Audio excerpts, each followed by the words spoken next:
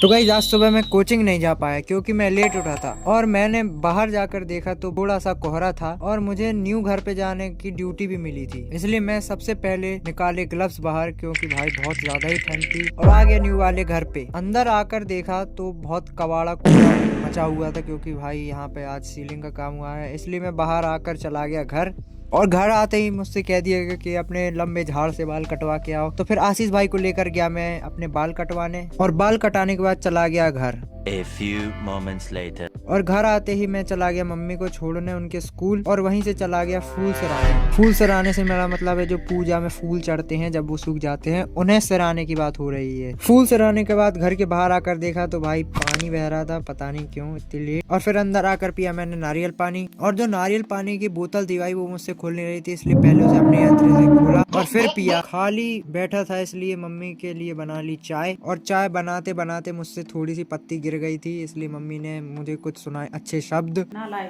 और फिर मैं भी चाय पीकर कोचिंग के लिए हुआ तैयार और फिर आशीष भाई को लेकर चला गया कोचिंग। और कोचिंग के बाहर हम लोग वेट कर रहे थे, तभी छपरी भाई की एंट्री होती है, इसलिए हम लोग उनकी बेइज्जती करके उन्हें भगा देते हैं।